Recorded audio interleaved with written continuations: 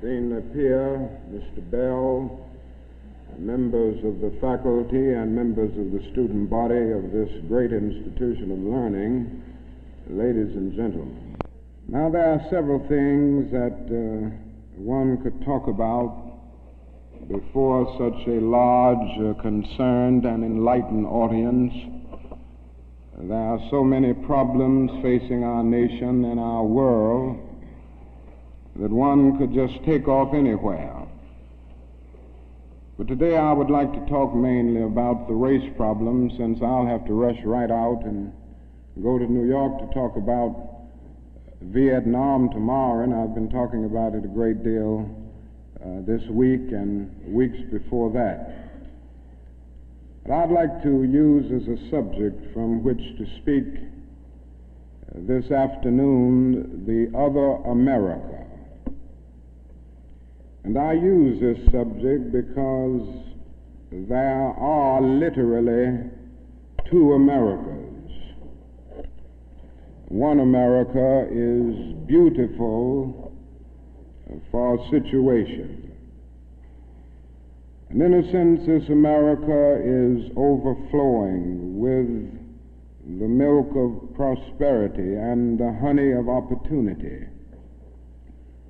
This America is the habitat of millions of people who have food and material necessities for their bodies, and culture and education for their minds, and freedom and human dignity for their spirits. In this America, millions of people experience every day the opportunity of having life, liberty, and the pursuit of happiness in all of their dimensions.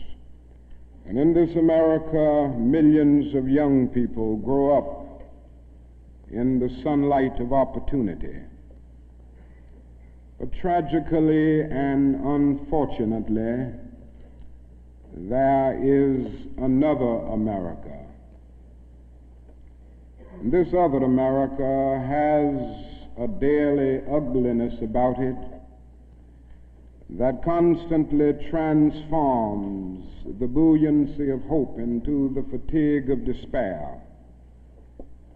In this America, millions of work-starved men walk the streets daily in search for jobs that do not exist.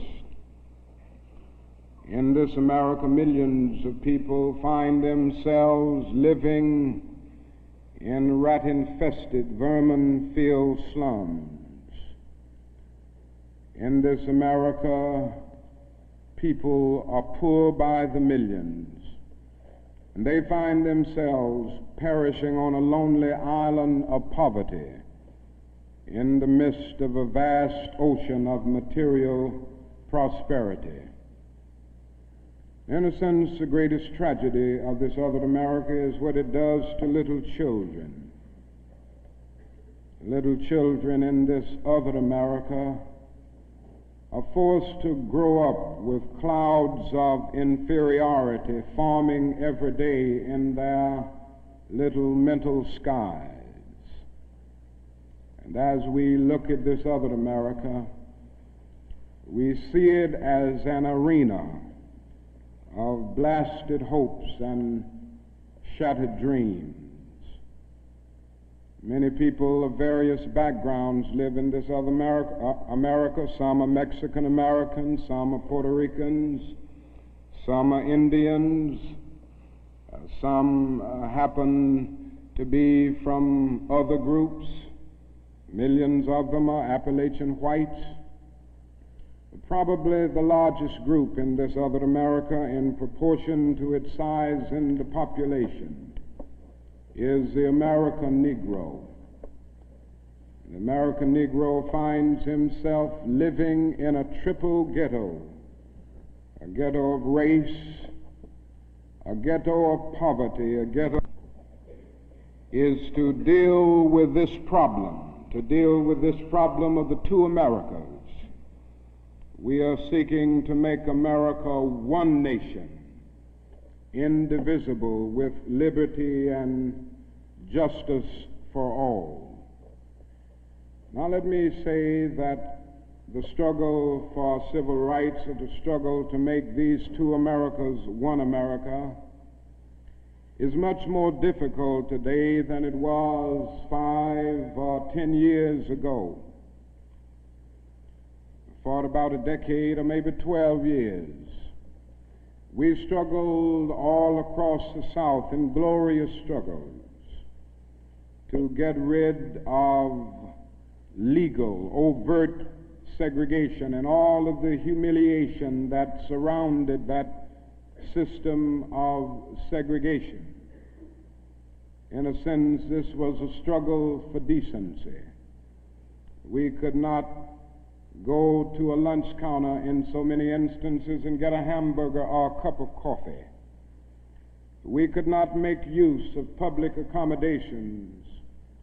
Public transportation was segregated, and often we had to sit in the back, and within transportation within cities, we often had to stand over empty seats because sections were reserved for whites only. We did not have the right to vote in so many areas of the South. And the struggle was to deal with these problems. Now, certainly they were difficult problems. They were humiliating conditions. And by the thousands, we protested these conditions. We made it clear that it was ultimately more honorable to accept jail cell experiences than to accept segregation and humiliation. By the thousands, students and adults decided to sit in at segregated lunch counters to protest conditions there. And when they were sitting at those lunch counters, they were in reality standing up for the best in the American dream and seeking to take the whole nation back to those great wells of democracy which were dug deep by the founding fathers in the formulation of the Constitution and the Declaration of Independence. Many things were gained as a result of these years of struggle. In 1964, the Civil Rights Bill came into being after the Birmingham movement, which did a great deal to subpoena the conscience of a large segment of the nation to appear before the judgment seat of morality on the whole question of civil rights. After the Selma movement in 1965, we were able to get a voting rights bill. Now, all of these things represented strides, but we must see that the struggle today is much more difficult. It's more difficult today because we are struggling now for genuine equality. And it's much easier to integrate a lunch counter than it is to guarantee a livable income and a good, solid job. It's much easier to guarantee the right to vote than it is to guarantee the right to live in sanitary, decent housing conditions. It is much easier to integrate a public park than it is to make genuine, quality, integrated education a reality. And so today we are struggling for something which says we demand genuine equality. It's not merely a struggle against extremist behavior toward Negroes. And I'm convinced that many of the very people who supported us in the struggle in the South are not willing to go all the way now. I came to see this in a very difficult and painful way in Chicago over the last year, where I've lived and worked. Some of the people who came quickly to march with us in Selma and Birmingham were active around Chicago. And I came to see that so many people who supported morally and even financially what we were doing in Birmingham and Selma were really outraged against the extremist behavior of Bull Connor and Jim Clark toward Negroes, rather than believing in genuine equality for Negroes. And I think this is what we've got to see now, and this is what makes the struggle much more difficult. And so as a result of all of this, we see many problems existing today that are growing more difficult. It's something that is often overlooked, but Negroes generally live in worse slums today than 20 or 25 years ago. In the North, schools are more segregated today than they were in 1954 when the Supreme Court's decision on desegregation was rendered. Economically, the Negro is worse off today than he was 15 and 20 years ago. And so the unemployment rate among whites at one time was about the same as the unemployment rate among Negroes. But today the unemployment rate among Negroes is twice that of whites. And the average income of the Negro is today 50% less than whites. And as we look at these problems, we see them growing and developing every day.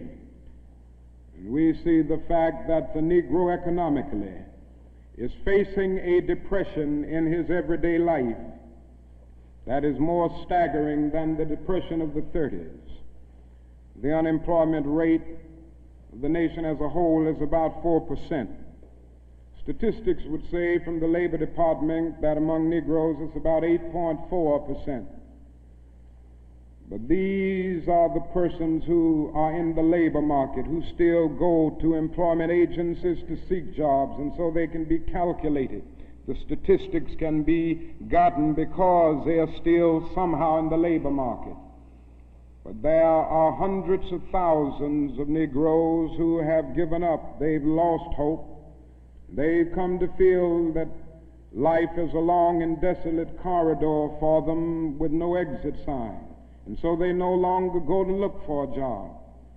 There are those who would estimate that these persons who are called the discouraged persons would be 6 or 7% in the Negro community. And that means that unemployment among Negroes may well be 16%. And among Negro youth in some of our large urban areas, it goes to 30 and 40%. And so you can see what I mean when I say that in the Negro community, that is a major, tragic, and staggering depression that we face in our everyday lives. Now, the other thing that we've got to come to see now that many of us didn't see too well during the last 10 years, and that is that racism is still alive in American society and much more widespread than we realize. And we must see racism for what it is. It is a myth of the superior and the inferior race. It is the false and tragic notion that one particular group, one particular race is responsible for all of the progress, all of the insights, and the total flow of history. And the theory that another group or another race is totally depraved, innately impure, and innately inferior. And in the final analysis, racism is evil because its ultimate logic is genocide. Hitler was a sick and tragic man who carried racism to its logical conclusion. And he ended up leading a nation to the point of killing about 6 million Jews. And this is the tragedy of racism, because its ultimate logic is genocide. If one says that I am not good enough to live next door to him, if one says that I am not good enough to eat at a lunch counter, or to have a good, decent job, or to go to school with him, merely because of my race, he is saying consciously or unconsciously that I do not deserve to exist. To use a philosophical analogy here, racism is not based on some empirical generalization. It is based rather on an ontological affirmation. It is not the assertion that certain people are behind culturally or otherwise because of environmental conditions. It is the affirmation that the very being of a people is inferior. And this is the great tragedy of it. Now, I say that however unpleasant it is, we must honestly see and admit that racism is still deeply rooted all over America. It's still deeply rooted in the North, and it's still deeply rooted in the South. Now, this leads me to say something about another discussion that we hear a great deal, and that is the so-called white backlash. I would like to honestly say to you that the white backlash is merely a new name for an old phenomenon. It's not something that just came into being because shouts of black power, or because Negroes engaged in riots in Watts, for instance. The fact is that the state of California voted a fair housing bill out of existence before anybody shouted black power, or before anybody rioted in Watts. It may well be that shouts of black power and riots in Watts and the Harlems and the other areas are the consequences of the white backlash rather than the cause of them. What it is necessary to see is that there has never been a single solid, monistic, determined commitment on the part of the vast majority of white Americans, the whole question of civil rights and on the whole question of racial equality. This is something that truth impels all men of goodwill to admit. It is said on the Statue of Liberty that America is the home of exiles. But it doesn't take us long to realize that America has been the home of its white exiles from Europe. But it has not evinced the same kind of maternal care and concern for its black exiles from Africa. And it is no wonder that in one of his sorrow songs, a Negro could sing out, "Sometimes I feel like a motherless child." What great estrangement, what great sense of rejection caused the people to emerge with such a metaphor as they looked over their lives. What I'm trying to get across is that our nation has constantly taken a positive step forward on the question of racial justice and racial equality. But over and over again, at the same time, it made certain backward steps. And this has been the persistence of the so-called white backlash.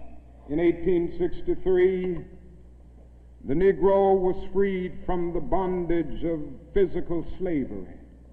But at the same time, the nation refused to give him land to make that freedom meaningful.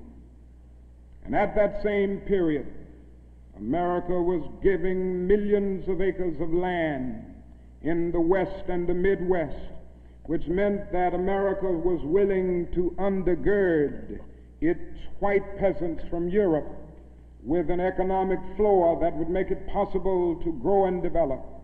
And refused to give that economic floor to its black peasants, so to speak.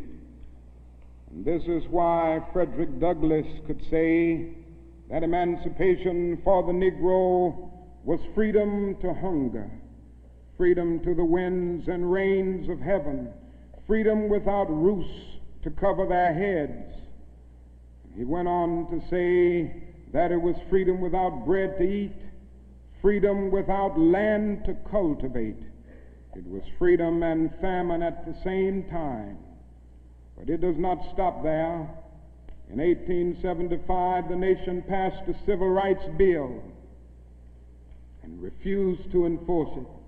In 1964, the nation passed a weaker Civil Rights Bill. And even to this day, that bill has not been totally enforced in all of its dimensions. The nation heralded a new day of concern for the poor, for the poverty-stricken, for the disadvantaged, and brought into being a poverty bill. But at the same time, it put such little money into the program that it was hardly and still remains hardly a good skirmish against poverty. White politicians in suburbs talk eloquently against open housing, and in the same breath contend that they are not racist. And all of this and all of these things tell us that America has been backlashing on the whole question of basic constitutional and God-given rights for Negroes and other disadvantaged groups for more than 300 years. So these conditions, persistence of widespread poverty, of slums, and of tragic conditions in schools and other areas of life, all of these things have brought about a great deal of despair and a great deal of desperation, a great deal of disappointment and even bitterness in the Negro communities. And today all of our cities confront huge problems. All of our cities are potentially powder kegs as a result of the continued existence of these conditions. Many in moments of anger, many in moments of deep bitterness, engage in riots. And let me say, as I've always said, and I will always continue to say, that riots are socially destructive and self-defeating. I'm still convinced that nonviolence is the most potent weapon available to oppress people in their struggle for freedom and justice. I feel that violence will only create more social problems than they will solve, and that in a real sense it is impractical for the Negro to even think of mounting a violent revolution in the United States. So I will continue to condemn riots and continue to say to my brothers and sisters that this is not the way. Continue to affirm that there is another way. But at the same time, it is as necessary for me to be as vigorous in condemning the conditions which cause persons to feel that they must engage in riotous activities as it is for me to condemn riots. I think America must see that riots do not develop out of thin air. Certain conditions continue to exist in our society, which must be condemned as vigorously as we condemn riots. But in the final analysis, a riot is the language of the unheard. And what is it that America has failed to hear? It has failed to hear that the plight of the Negro poor has worsened over the last few years. It has failed to hear that the promises of freedom and justice have not been met. And it has failed to hear that large segments of white society are more concerned about tranquility and the status quo than about justice, equality, and humanity. And so in a real sense, our nation's summers of riots are caused by our nation's winters of delay. And as long as America postpones justice, we stand in the position of having these recurrences of violence and riots over and over again. social justice, and progress are the absolute guarantors of riot prevention. Now let me go on to say that if we are to deal with all of the problems that I've talked about, if we are to bring America to the point that we have one nation, indivisible, with liberty and justice for all, there are certain things that we must do. The job ahead must be massive and positive. We must develop massive action programs all over the United States of America in order to deal with the problems that I have mentioned. Now, in order to develop these massive action programs, we've got to get rid of one or two false notions that continue to exist in our society. One is the notion that only time can solve the problem of racial injustice. I'm sure you've heard this idea. It is the notion almost that is something in the very flow of time that will miraculously cure all evils. And I've heard this over and over again. There are those, and they're often sincere people, who say to Negroes and their allies in the white community that we should slow up and just be nice and patient and continue to pray, and in 100 or 200 years the problem will work itself out, because only time can solve the problem. Well, I think that is an answer to that myth, and it is that time is neutral. It can be used either constructively or destructively. And I'm absolutely convinced that the forces of ill will in our nation, the extreme righteous in our nation, have often used time much more effectively than the forces of goodwill. And it may well be that we will have to repent in this generation, not merely for the vitriolic words of the bad people and the violent actions of the bad people, but for the appalling silence and indifference of the good people who sit around and say, wait on time. Somewhere we must come to see that social progress never rolls in on the wheels of inevitability. It comes through the tireless efforts and the persistent work of dedicated individuals, and without this hard work, time itself becomes an ally of the primitive forces of social stagnation. And so we must help time, and we must realize that the time is always ripe to do right. Now there's another notion that gets out. It's around everywhere. It's in the South, it's in the North, it's in California, and all over our nation. It's the notion that legislation can't solve the problem. It can't do anything in this area. And those who project this argument contend that you've got to change the heart, and that you can't change the heart through legislation. Now, I would be the first one to say that there is real need for a lot of heart changing in our country, and I believe in changing the heart. I preach about it. I believe in the need for conversion in many instances, and regeneration, to use theological terms. And I would be the first to say that if the race problem in America is to be solved, the white person must treat the Negro right, not merely because the law says it, but because it's natural, because it's right, and because the Negro is his brother. And so I realize that if we are to have a truly integrated society, men and women will have to rise to the majestic heights of being obedient to the unenforceable. But after saying this, let me say another thing which gives the other side, and that is that although it may be true that morality cannot be legislated, behavior can be regulated. Even though it may be true that the law cannot change the heart, it can restrain the heartless.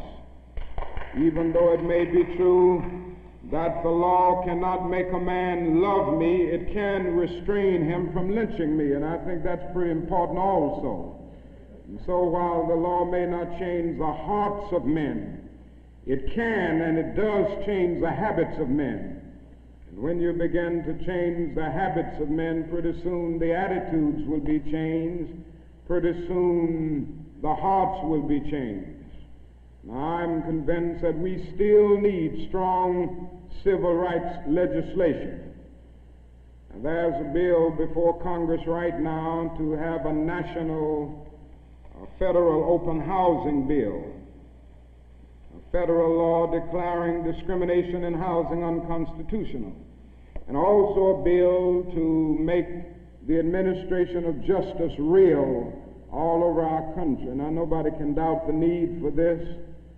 Nobody can doubt the need if he thinks about the fact that since 1963, some 58 Negroes and white civil rights workers have been brutally murdered in the state of Mississippi alone. And not a single person has been convicted for these dastardly crimes. There have been some indictments, but no one has been convicted. And so there is a need for the whole question of the administration of justice. There is a need for fair housing laws all over our country. And it is tragic indeed that Congress last year allowed this bill to die. And that bill died in Congress. A bit of democracy died, a bit of our commitment to justice died. And if it happens again in this session of Congress, a greater degree of our commitment to democratic principles will die. And I can see no more dangerous trend in our country than the constant developing of predominantly Negro central cities ringed by white suburbs. This is only inviting social disaster. And the only way this problem will be solved is by the nation taking a strong stand and by state governments taking a strong stand against housing segregation and against discrimination in all of these areas. Now, there's another thing that I'd like to mention as I talk about the Massive Action Program, and time will not permit me to go into specific programmatic action to any great degree. But it must be realized now that the Negro cannot solve the problems by himself. There again, there are those who always say to Negroes, why don't you do something for yourself? Why don't you lift yourselves by your own bootstraps? And we hear this over and over again. Now, certainly, there are many things that we must do for ourselves and that only we can do for ourselves. Certainly, we must develop within a sense of dignity and self-respect that nobody else can give us, a sense of manhood, a sense of personhood, a sense of not being ashamed of our heritage, not being ashamed of our color. It was wrong and tragic that the Negro ever allowed himself to be ashamed of the fact that he was black, or ashamed of the fact that his home, ancestral home, was Africa. And so there's a great deal that the Negro can do to develop self-respect. There's a great deal that the Negro must do and can do to amass political and economic power within his own community and by using his own resources. And so we must do certain things for ourselves, but this must not negate the fact and cause the nation to overlook the fact that the Negro cannot solve the problem himself. A man was on the plane with me some weeks ago, and he came and talked with me, and he said, the problem, Dr. King, that I see with what you all are doing is that every time I see you and other Negroes, you are protesting, and you aren't doing anything for yourselves. And he went on to tell me that he was very poor at one time, and he was able to make it by doing something for himself. Why don't you teach your people, he said, to lift themselves by their own bootstraps. And then he went on to say other groups face disadvantages, the Irish, the Italians, and he went down the line. And I said to him that it does not help the Negro, it only deepens his frustration for unfeeling and sensitive people to say to him that other ethnic groups who migrated or were immigrants to this country just 100 years ago or so have gotten beyond him, and he came here some 344 years ago. And I went on to remind him that the Negro came to this country involuntarily in chains, while others came voluntarily. I went on to remind him that no other racial group has been a slave on American soil. I went on to remind him that the other problem that we have faced over the years is that the society placed a stigma on the color of the Negro, on the color of his skin, because he was black. Doors were closed to him that were not closed to other groups. And I'm to say to people that you ought to lift yourself by your own bootstraps, but it is a cruel jest to say to a bootless man that he ought to lift himself by his own bootstraps. And the fact is that millions of Negroes, as a result of centuries of denial and neglect, have been left bootless, and they find themselves impoverished aliens in this affluent society. And that is a great deal that the society can and must do if the Negro is to gain the economic security that he needs. Now, one of the answers, it seems to me, is a guaranteed annual income, a guaranteed minimum income for all people and for all families of our country. It seems to me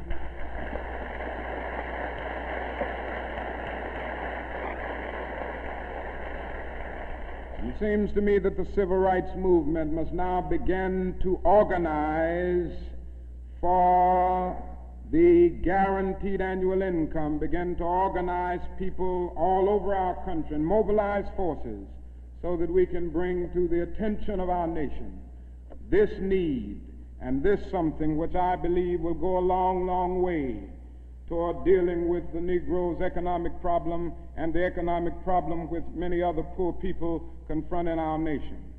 Now, I said I wasn't going to talk about Vietnam, but I can't make a speech without mentioning some of the problems that we face there, because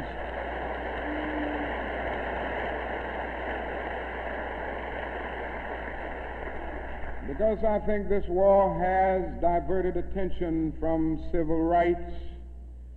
It has strengthened the forces of reaction in our country and has brought to the forefront the military-industrial complex that even President Eisenhower warned us against at one time. And above all, it is destroying human lives.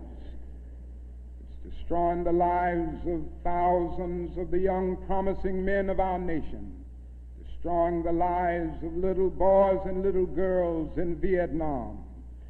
But one of the greatest things that this war is doing to us in civil rights is that it is allowing the great society to be shot down on the battlefields of Vietnam every day. And I submit this afternoon that we can end poverty in the United States. Our nation has the resources to do it.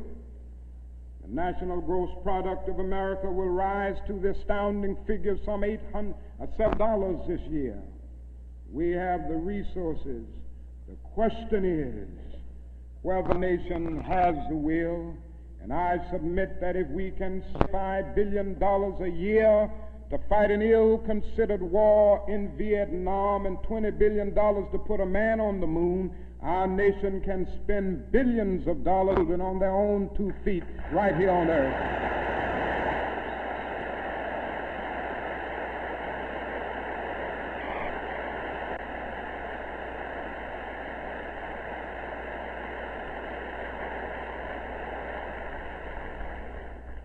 Let me say another thing that's more in the realm of the spirit, I guess.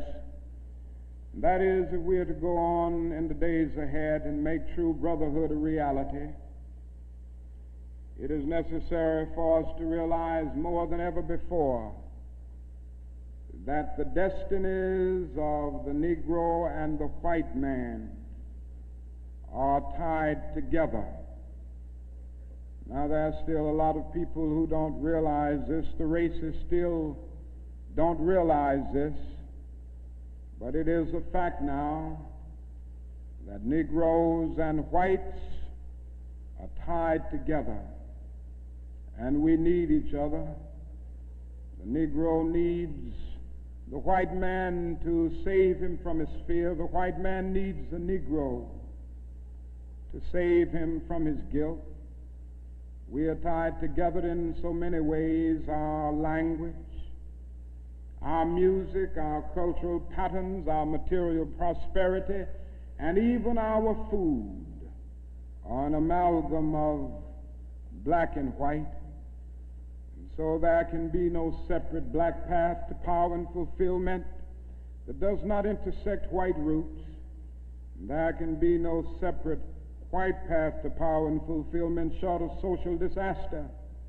It does not recognize the need of sharing that power with black aspirations for freedom and justice. We must come to see now that integration is not merely a romantic or aesthetic something where you merely add color to a still predominantly white power structure. Integration must be seen also in political terms, where there is shared power and where black men and white men share power together to build a new and a great nation. In a real sense, we are all caught in an inescapable network of mutuality, tied in a single garment of destiny. John Donne placed it years ago in graphic terms: no man is an island entire itself. Every man is a piece of the continent, a part of the main. And he goes on toward the end to say, any man's death diminishes me because I'm involved in mankind. Therefore never sin to know for whom the bell tolls. It tolls for thee. And so we all in the same situation. The salvation of the Negro will mean the salvation of the white man, and the destruction, the life, and of the ongoing progress of the Negro will be the destruction of the ongoing progress of the nation. Now let me say finally that we have difficult days ahead, but I haven't despaired. Somehow I maintain hope in spite of hope, and I've talked about the difficulties and how hard the problems will be as we tackle them. But I want to close by saying this afternoon that I still have faith in the future, and I still believe that these problems can be solved.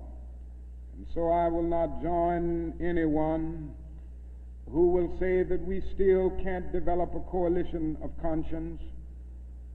I realize and understand the discontent and the agony and the disappointment and even the bitterness of those who feel that whites in America cannot be trusted. And I would be the first to say that there are all too many who are still guided by the racist ethos.